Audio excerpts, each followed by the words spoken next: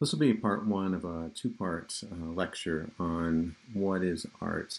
As we talk about art and propaganda throughout this semester, it's good to start with a solid basis of what these terms mean and some of the complexity behind them. And so this week we're going to take a look at the definition of art and see how it's somewhat of a moving target, constantly shifting and evolving and changing, and we'll take a look at some of the kind of oversimplifications of art and look for more of a more astute definition of it. And then in week three, we'll take a look at propaganda and how propaganda functions and some of the criteria for propaganda.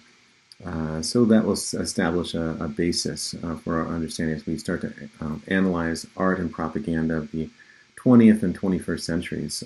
I like this idea at the bottom, this quote here, that art reflects life. And so as we start to think about a definition of what art is, that's a good way to start. So that art is a reflection of the world around us. It's an artist's way of perceiving his or her environment and then creating something as a reflection, right, to reflect life. But again, as we think about this, there's also some, pushback against art. Some people just don't like it. Some people have an opposition towards it for whatever reason. And this is a quote to consider if you encounter such a person. If a person is struggling to appreciate the arts, it could be that that person truly is struggling to truly appreciate life. And so as art reflects life, it could be the fact that you hear people say, oh, I just don't like art, I don't like opera, I don't like whatever it is, film, or I don't like to read. It could be that that person just doesn't really understand, have a solid understanding of what art is seeking to do. Or it could be that that person is just really struggling to appreciate the true beauty and value of life. And so just perhaps something to consider as we move forward. I wanted to talk a little bit about an article that I had you read this week, which is Anderson, Seeking After the Good in Art, Drama, Film, and Literature. And one of the questions that I want you to just pause the video, go back to the article and answer, right? So as we think about these ideas, what are the main ideas that I want you to get out of it?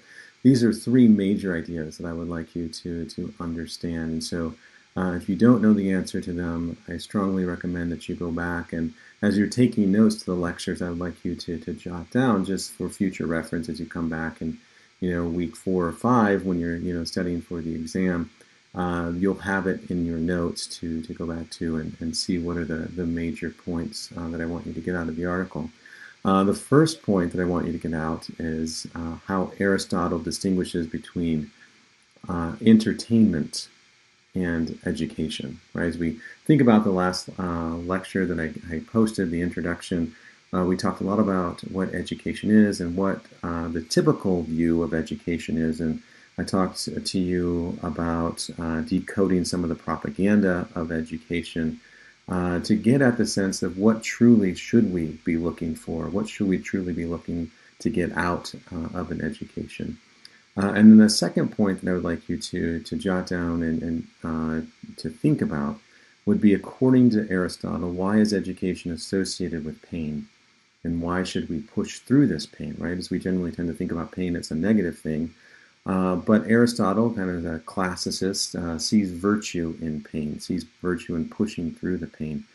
I think a lot of you probably would agree with Aristotle that education feels like pain. Sometimes when you get in your major, you're getting in courses that you don't really want to take or don't really want to write an exam or read for an article or listening to your humanities professor's lecture or whatever the case may be. You might feel as though there is pain associated with it, right? So. But what does Aristotle mean by this pain? How does he define pain, and how is education associated with pain? So go back and take a look at that.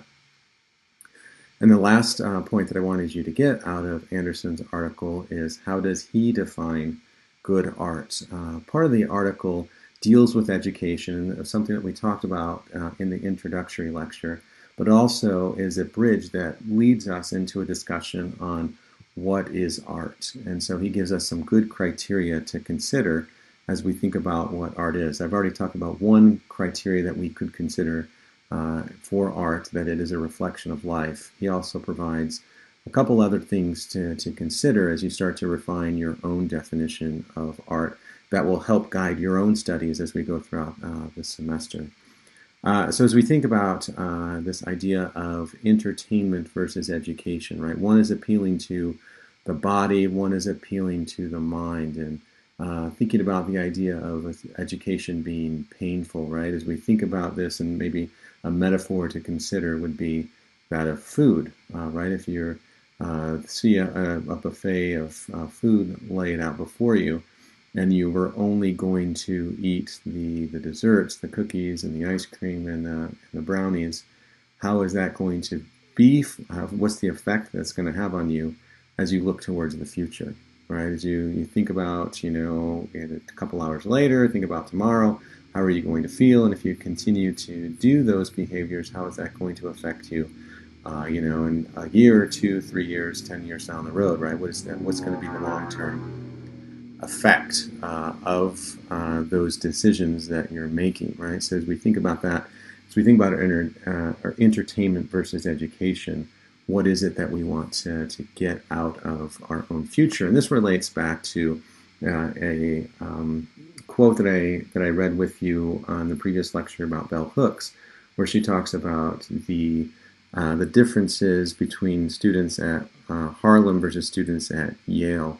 And the main difference was the idea of this sense of the future, right? Is they have a goal in mind of what they're looking forward to.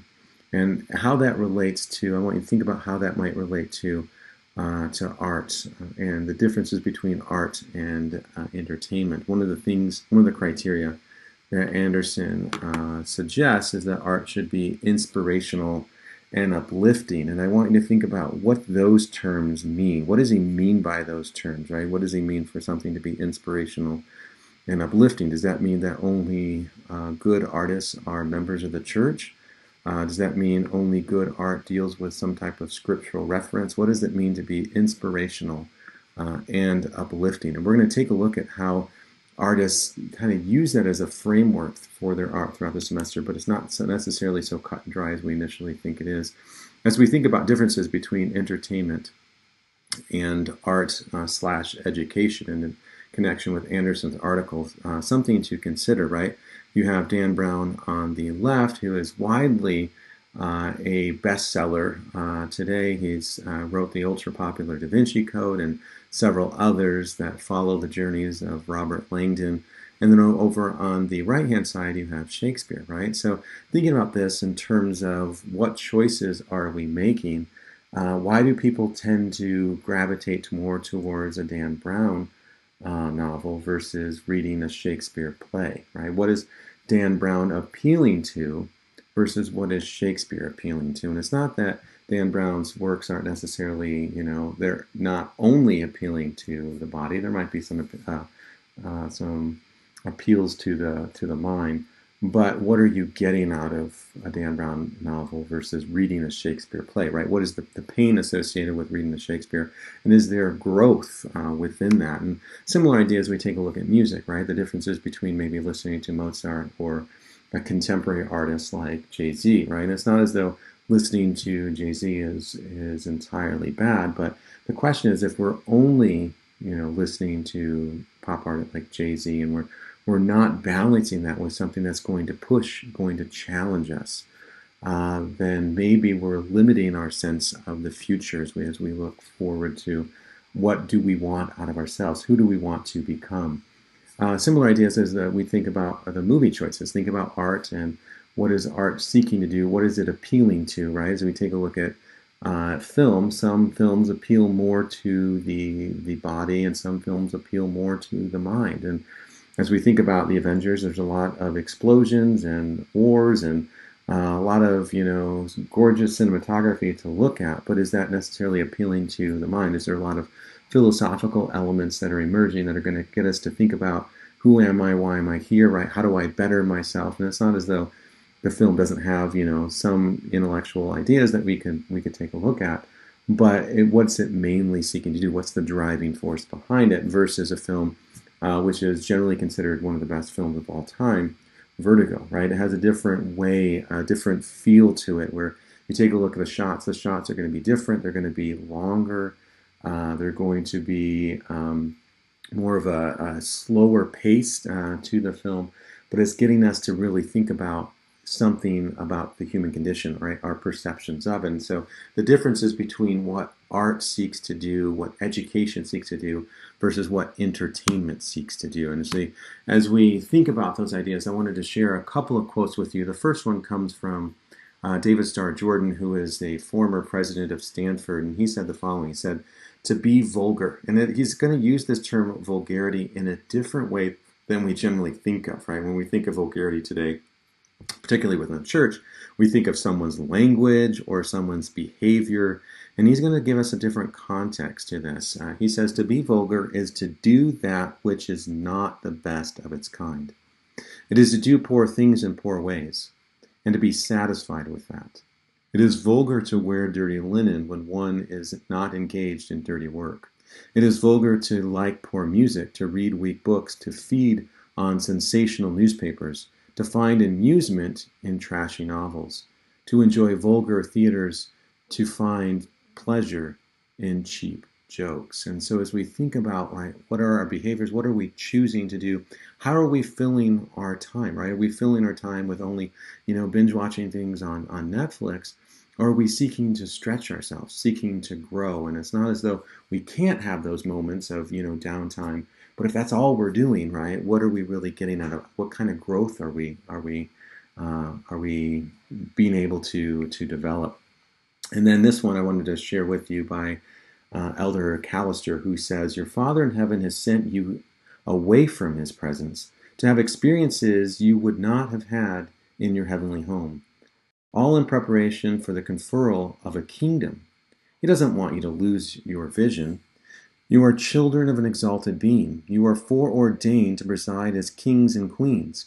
You will live in a home and an environment of infinite refinement and beauty, as reflected in the language, literature, music, art, and order of heaven. And so, similar to what Bell Hooks suggests, we need to keep that vision of what our future is and not accept less for ourselves, right? To think about what we want to do, what we want to become, and continue to grow and develop, and filling our life with good literature, good music, good art is one way that we can do that, in addition to reading the scriptures and listening to the words of the prophet, right? But this idea that we need to surround ourselves with beauty rather than vulgarity, right? And thinking about what President Jordan said of Stanford University about what vulgarity is. It's not just about, unclean language.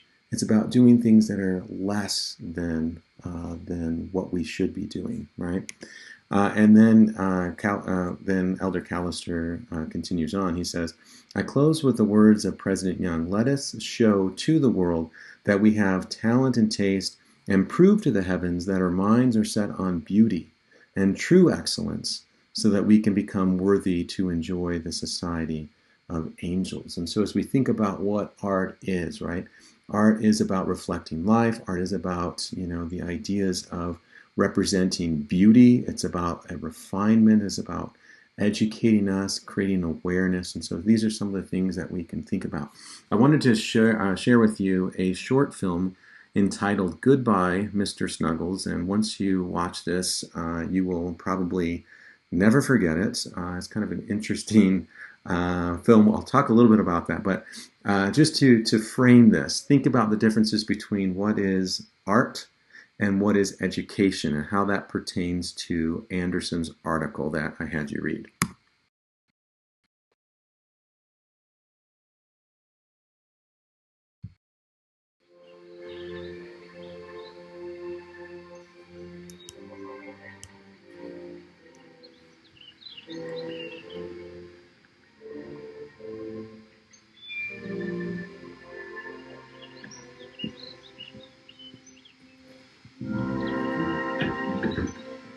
Hello, hello. Hello. Good morning. Morning. Well, are you ready? Certainly am. What a day for it. Yes, interesting life. I think it'll care. Yes.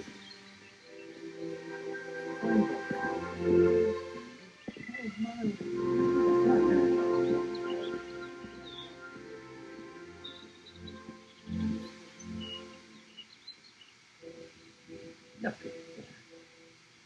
look, my dear fellow, look. Look at all the colours in that tree. Well, look at all the trees. Autumn is just beginning, isn't it? It's quite mysterious. Let's go on.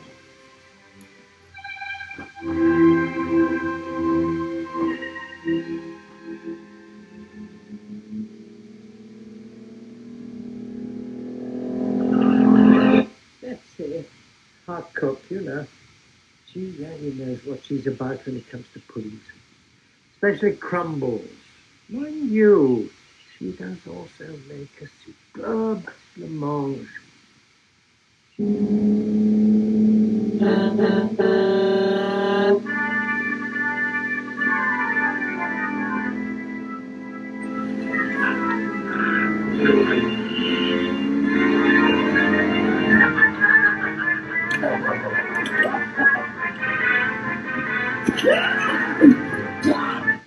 Now then, what do you think about this? Perfect, isn't it? Wonderful.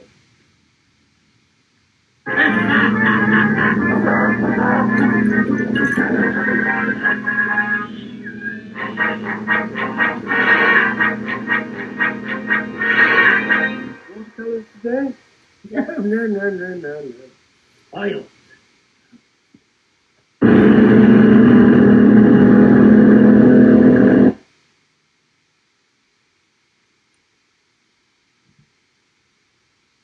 Really captures those colours.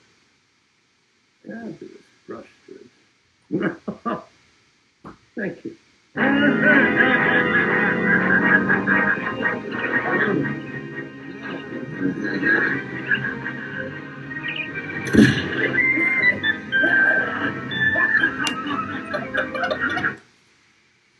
Oh. And I offer you half a sandwich. Oh. Thank you.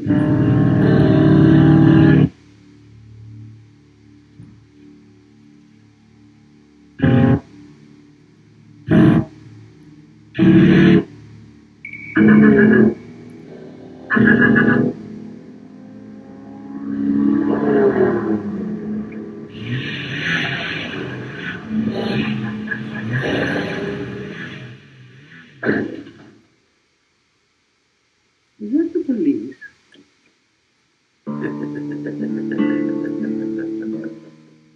No.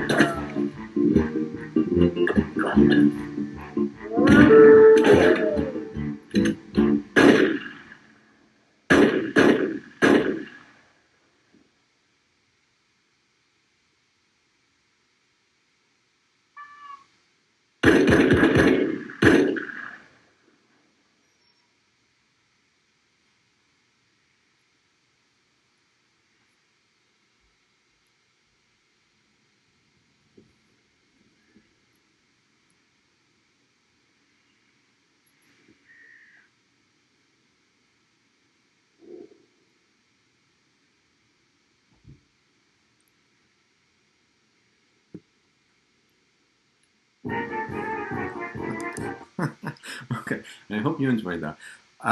The film helps to kind of pick up on these ideas of the differences between art and entertainment. You see the juxtaposition of two forces within the film as it cuts back and forth between the painters and the clown, right? And we see that there's a way that the director is framing the differences between those that are part of the entertainment industry, the kind of performance industry, versus those that are associated with the art industry. And so I want you to think about what argument you think that he may be making as he presents these two worlds that seem destined to collide, right? And what do you think that these, worlds are supposed to represent? Let me just conclude here with these 5 questions that I want you to consider, right? So, as this is designed to get you to kind of focus your notes, right, to help you along.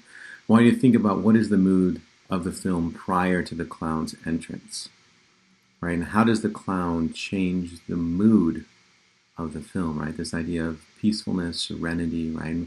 He seems to be an agent of chaos, similar to maybe the Joker from the Dark Knight series, right? This agent of chaos that comes in. What is he representing?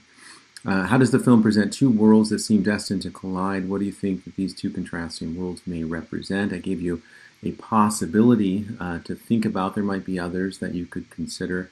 The film juxtaposes opposing forces such as the artist versus the clown, the old versus the new, serenity versus chaos, peace versus violence, creation versus destruction, action versus reaction, contemplation versus madness.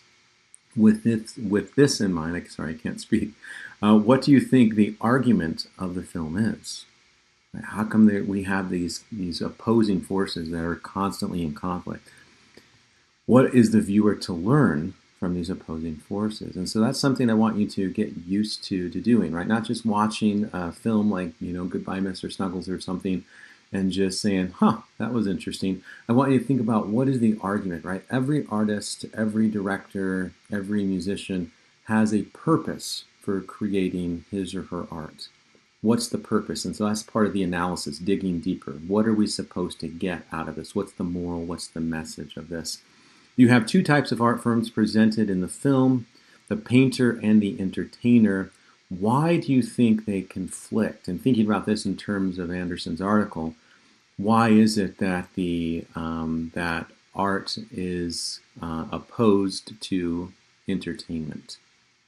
Why are they conflicting with each other? Why can't they seem to collaborate or get along, right? As we see with the introduction of the clown as a versus the painters, right? He's immediately grabbing our attention because it's loud. He's laughing. He's obnoxious, right? He's constantly blinking. It feels as though he's just constantly trying to get our attention. Is that not what entertainment seeks to do? Appealing to the body to grab our attention and to hold our attention. Rather than allowing us to think and act for ourselves, right? Why do you think they conflict? And what do you think? What is the social commentary of the film, right? What social commentary might the film be making? How might it reflect our world in some strange way? And the last kind of parting thought that I'll leave you with today is I want you to consider who wins and who loses. As you think about the argument of the director, why is it that the painter, who we didn't expect, right, kind of a twist at the end that we weren't really expecting, the painter pulls out his, whatever that gun was, whether it was a Glock or whatever, I don't know, he pulls it out and he defeats the clown. Is that maybe an argument about art's superiority, longevity over entertainment, right? Thinking about that, right? I think about our, pop musicians today. What pop musician are we going to be listening to in 50, 60, maybe 100 years, right? Will we still be listening to Mozart and Beethoven, right? Think about the films. What films will we still be watching in 100 years, right? So thinking about what's going to win out, what's going to have the longevity, the staying power, and why that is, right? Why is it that art tends to have this longevity when entertainment seems to just kind of drift away and is lost to the annals of time, right? It's things to consider as we start to talk about what art is and some things some criteria to consider.